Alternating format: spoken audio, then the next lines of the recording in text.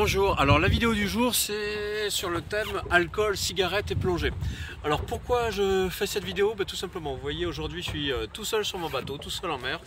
Tout simplement parce que j'ai des clients dont je crois qu'ils ont fait la fête hier soir et qui ne se sont même pas réveillés puisque il est 11h passé. Nous avions rendez-vous à 9h et je n'ai toujours pas de nouvelles de leur part. Donc tout ça pour parler d'alcool, cigarette et plongée. Donc bien sûr je ne vous demande pas et je ne suis pas non plus un ascète complet. Il m'arrive de boire quelques verres, même plus des fois.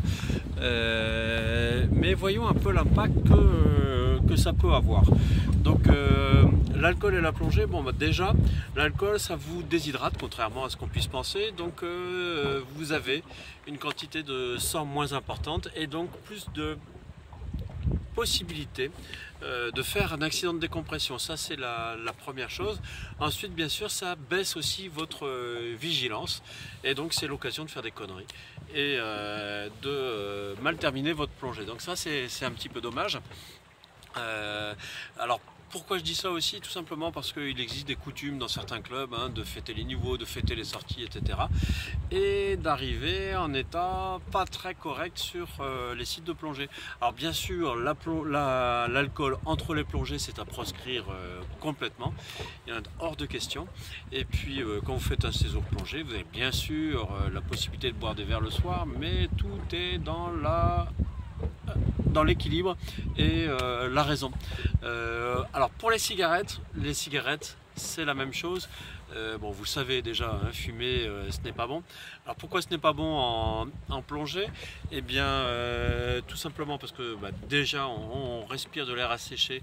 La cigarette ne fait qu'amplifier cette sensation. Bon, ça ce n'est qu'une sensation, mais ensuite quand on fume, le transport de l'oxygène est perturbé, puisque en fumant, on emmagasine déjà une certaine quantité de dioxyde de carbone et donc ça veut dire qu'on s'expose plus facilement à l'essoufflement et là aussi au risque d'accident de décompression. Donc avoir une bonne hygiène de vie c'est important et je dis ça particulièrement pour les jeunes. Bon, les jeunes qui ont, quand je dis jeunes, c'est moins de 26 ans, qui ont plus de facilité à récupérer, on va dire, mais gardez ça à l'esprit quand même, surtout que il y a certaines destinations où il est tentant de faire la fête le soir.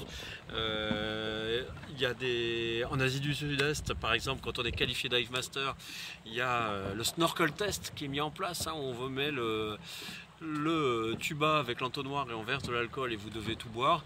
Donc ce genre de choses est vraiment à faire avec parcimonie et puis avec raison. Si vous êtes trop picolé, il ne faut pas plonger et encore une fois essayer d'avoir une hygiène de vie correcte sans pour autant devenir un intégriste complet. Voilà, bon. Écoutez, c'était juste la vidéo du jour.